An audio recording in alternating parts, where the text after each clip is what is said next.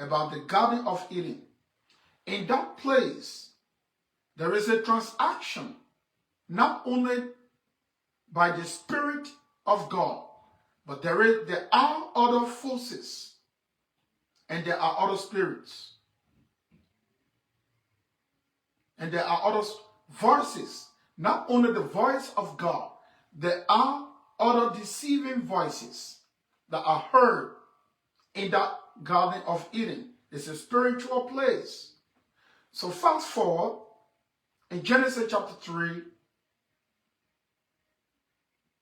Satan, which is also a spirit with another voice, came in Genesis chapter 3 and deceived the woman, because the woman did not receive the instruction from God. The instruction was given to Adam, who God spoke to before creating the woman. So the devil came on to distort, to steal, to kill, and to destroy. He lied. All he did was to distort the word of God, distort the word of God, make the word of God not to be believed by God's people. So he deceived Eve. When Eve said, God has said that we shouldn't even touch this tree, least to think about eating it. He says, God knows that in the day that you eat of it, your eyes will be open and you will be let go. So the Bible tells us the woman's desire, wanting to be let go,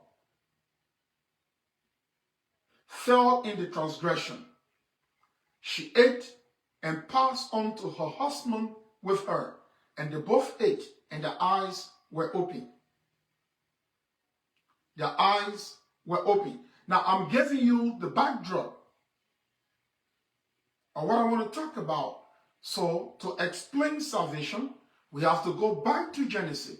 Genesis, as I've said here several times, Genesis is the beginning of all God's revelation. It's the beginning of all God's revelation. So it's where we have every major truth starts from Genesis, and every final truth ends with revelation. So every time we want to explain God or explain the revelation of God, we have to go back to the book of beginning to explain.